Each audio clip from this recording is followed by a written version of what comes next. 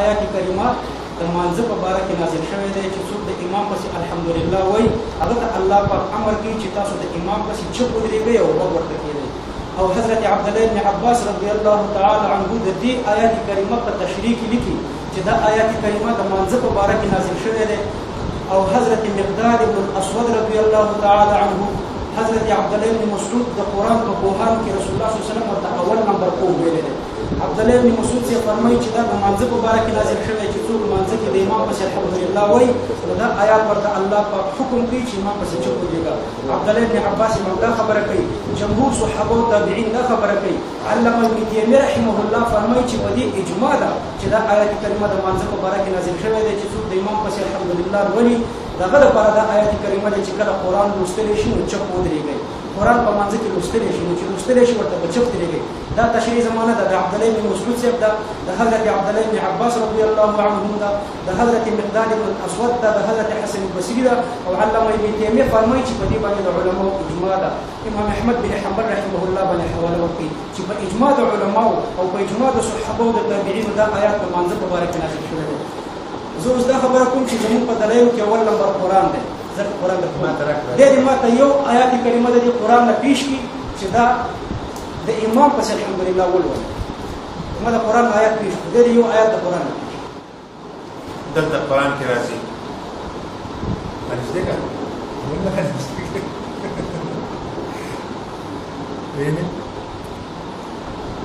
إن ربك يعلم أنك تقوم أدنى من ثلثي الليل ونصف والثلث وطائفة من الذين معك جماعات وراء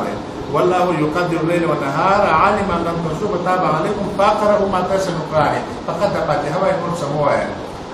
او حدیث د موسیق الصلات کې مشهور حدیث دی، هغه کې دا راغلی دی چې پاک رحمت الله څه شی دی هغه فاتحه ده. ځکه چې حدیث کې صریح راغلی او بل دا دی چې د قرآن ترجمه به زه د اول د چا نه زده کوم، رسول الله صلی الله علیه وسلم دا قرآن نازل شوی په چا و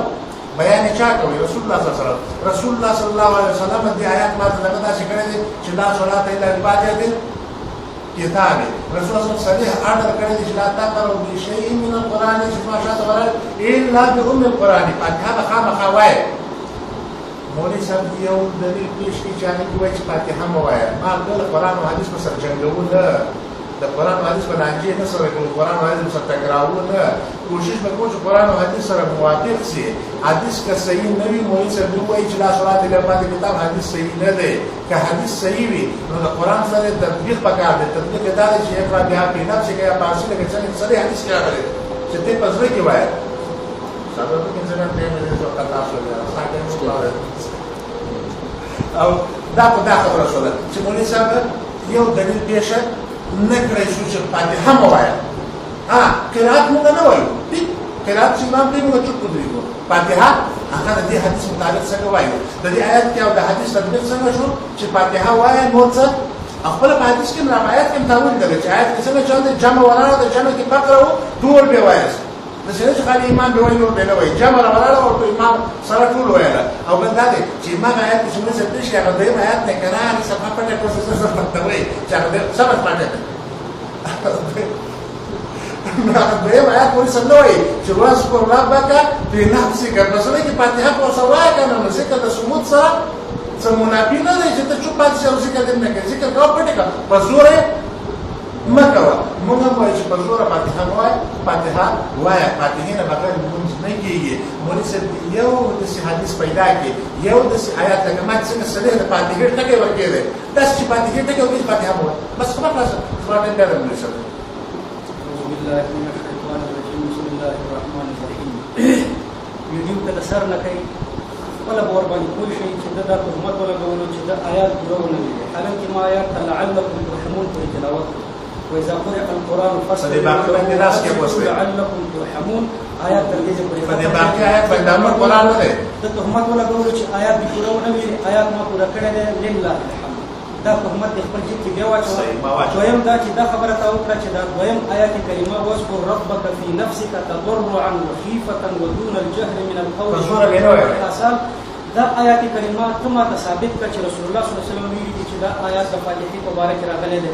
یا کوم صحابي ویلي دي چې دا آیات کریمه د دویم د فاتحې په باره کې راغلي دي الحمدلله په باره کې راغلي دي ما خو درته په اول آیات کې د حضرت عبد الله بن مسعود صاحب د حضرت عبد الله بن عباس صاحب د جمهور صحابه په قدر کا حواله درکړه چې دا آیات کریمه وایي چې د مانزه په باره کې راغلي چې د مانزه په خلکو امام په قرائت کول الحمدلله لوستله نو رسول الله پاک دا آیات کریمه نازل کړي چې د امام په الحمدلله مول ولای ما د صحابه او حواله پیش کړه د حضرت عبد الله بن مسعود درته پیش کړه د حضرت عبد الله بن عباس درته پیش کړه د جمهور صحابه او د تابعین به پیش کړه ته یو آیات کریمه ما ته داسې مخه یو حواله ما ته وایي چې واذكر ربك في نفسك تضرعا وخيفا چې دا د مانزه په باره کې نازل شوی دی او دا د عام ذکرونو په باره کې نه دی نازل شوی دا رسول الله صلی الله علیه وسلم نو وروسته تر نن پورې د انګریزانو تر دورې پورې دا ته چیلنج دی چې کدا آیات کریمه یو تفسیر د انګریزانو تر دورې انګریزانو دوره کې 1330 کال ده 1330 عیسوي کال تر دې پورې چې کوم تفسیرونه لیکل شوي دي یو تفسیر کې تماته دا وایي چې دا د مانزه په باره کې دی او د عام ذکر په باره کې نه دی اوس قرآن په کې نه صحیح په یو تفسیر دی مسوره باندې دویم دا چې دا آیات کریمه ما ته پیښ کړو چې دا د سورۃ المزمل آیات کریمه دی ما ته پیښ کړو په دې کې د فاتحی لفظ ما ته وخی او د خلف الامام لفظ ما ته خلف الامام او فاتحه دا او دا راته وایي چې دا د تهجد په مانځ کې دی او د جماعت په مانځ کې دی او دا موږ رسول الله صلی الله علیه وسلم په جماعت کړه کوم منفرده لیکل ما ته حواله سره غزان نه بنوي چې کېدې شي په جمع کې کېدې شي په جماعت کې کېدې شي په نه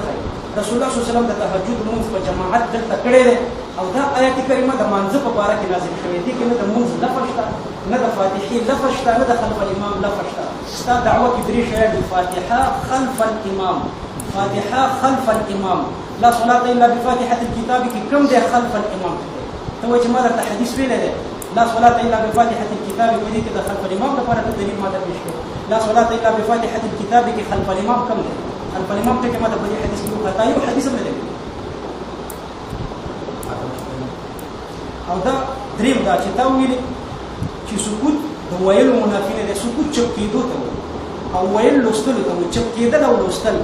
چپ کېدل او لوستل په دې باندې مخمانو کوي چې دې ورته سره منافات دی چپ کېدل ځان ته شي دی لوستل ځان ته شي چپ کېدل او لوستل دا د پښتو الفاظ دي دا څه ګرامر نه غواړي سخت الفاظ دي دریم دا چې تا د فقط کلمه ویلې ویډیو کې شته چې فقط فاتحه وایا بل شی مو وایا دا ما په رسول الله صلی الله علیه وسلم فقط فاتحه دا فقط لفظ ثابت او یا دا وایي چې د قرآن او د حدیث په نوم باندې خپل ځان خبري بسم الله الرحمن الرحیم سے بات ہم سے کرتا ہوں مولانا صاحب چې دي کنه بیا چټي خپل په لاره راغی تا ته پته ولګېدل چې یو نه حدیث پیش کړي آیات پیش کړي او ما په خپل دویمه دوره کې تا ته حدیثونه پیش کړي دي اقول احیاء وراء الامام کله کله چې امام پسې ولاړ بیا څه وکړم نو فاتحه په زوی کې وایي چې دا ما مخکې پیش کړو زم پیش کړي او مولانا صاحب وایي چې سکوت او د قرات ناس ماشومان به یو ال اعوذ بالله د هو المفروض مخالف دا چې رسول الله او ابو بکر نه وایي ځکه هغه مفتنه کوي چې ارايت سکوت بین قرات او تکبیر ټیک مولوی صاحب ویل چې ماشومان کوي او پیغمبر کې ال اعوذ بالله هغه وایي چې سکوت هم دی او په دغه مستقرات هم شته دی او د سکوت قرات دواړه نه جمع دي د رسول الله صلی الله علیه وسلم د قول تضاد راغلی او بل دا دی چې ما د جماعت په ولې چې طائفه من المؤمنین سره قرآن کې او بل دا دی چې د آیات په دې ځای په سړي راغلي چې ځکه قرآن بس او بل دا دی چې مولوی صاحب چې څومره نور وخت چې پلاني صحابي د دې یو نه د ثابت کړه ثابت کړه تر قیامت پورې یو کار نه د کتاب له ډیرو ورته تر قیامت پورې د یو د صحابي ثابت کې چې هغه وایي چې دا آیات چې دا په دغه کې راغلي د قرآن کې راغلي یو او بل دا چې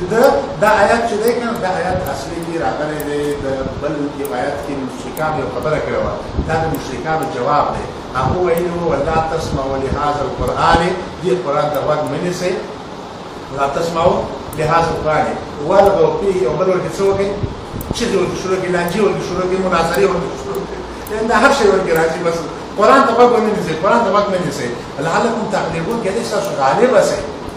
نو الله ورته څه ویله چې اذا قرئ القرآن فاستمعوا له او مشرکان چې څه وایي هغسې مه کوئ غوږ ونیسئ او بل دا آیات مکي دی مکه کې په جماعت مونږ چرته وو دا ثابت دی چې دا آیات مدني دی خبره خلاصه دا آیات چې څومره صحابو په تفاصیل کې راغلي دي ټول چې دا آیات څنګه دی دا مکي دی دا آیات مدني نه دی ٹھیک دا آیت مدني نه دی دا هر تفسیر چې تراوړ اوس په موقع د خیمه چې دا آیت مدني نه دا مکی دی یو او د څه څو صحابه پر د ټول تعقب چې دروغ دي هغه په صحیح سند ثابت نه دي دا علی لعنت الله علی رسول الله دا مسله شوه بل مونږ ته د څه خپل ټیم راکوم چې یو چې حدیث راوړل د امام صاحب قول راوړل د امام ابو حنیفه رحمه الله علیه قول راوړل چې هغه خپل وایي چې امام بشاد راوړل پاتې هم وایي بس نه در سره حدیث شته قرآن په سر نشته چې نشته دی او نه در سره د امام قول شته دی ته د چی دعوه کوې ته چا په مذهب یې ته کوم یو شی یې ته خپل ځان اظهار وکړه ته هېڅ وکړه چې نه د قرآن په مذهب نه د حدیث په مذهب نه د امام ابو حنیفه رحمت الله علیه په مذهب باندې نو ته هېڅ شی د امام ابو حنیفه رحمت الله علیه نه به دا راوړی چې امام ابو حنیفه خپله ویلي رضی الله عنه چې څوک د امام شاته ولاړ هغه د فاتحه نه وایي امام ابو حنیفه خپله ویلي او سند ثابت دي او دا نورې قصې چټي د مولوي صاحب چټیات چې دي چټیات رسم کېږي هغه په جوابونه نه ورکوم ځکه چې په کار نه دي هغه چې کوم د ویل عبدالوهاب دی او بل دی او بل دی خبرې کړې ده تېرې سره او دا مولوي صاحب د خپل اصل نسل د 1887 نه مخکې ثابت کړي دي او هم دې ثابت کړي راته بریلي دي راته ثابت کړي دا د انګریز پیداوار زه دا ثابتولی شم چې د انګریز پیداوار دوی دي او زه د اسلام نه مخکې ده ویل چې د اسلام نه مخکې څوک راته وښایي څه چلی کړی خبره ده وکړه نری جرابو باندې مسح نو چې هم نشي کړی رسول الله صلی الله علیه وسلم په جرابو مسح انګریز دوره مخکې انګریز دوره مخکې د انګریز دوره نه مخکې زه رسول الله صلی الله علیه وسلم ته تخیل چې رسول الله صلی الله علیه وسلم په جرابو مسح کړی ابو داود کې ده ابن ماجه کې ده رسول الله صلی الله علیه وسلم په جرابو مسح کړی نو اوس د پاکه ده دا یو مسلمان د انګریز دوره نه مخکې نه ده کړی د رسول الله صلی الله علیه وسلم دوره د انګریز نه مخکې ده که وروسته ده رسول صاحب وروسته ده مخکې ده خبره کوه مخکې ده تاسو خبرې مې فهم نه کړې زه چا سره مکالمه کوم خبره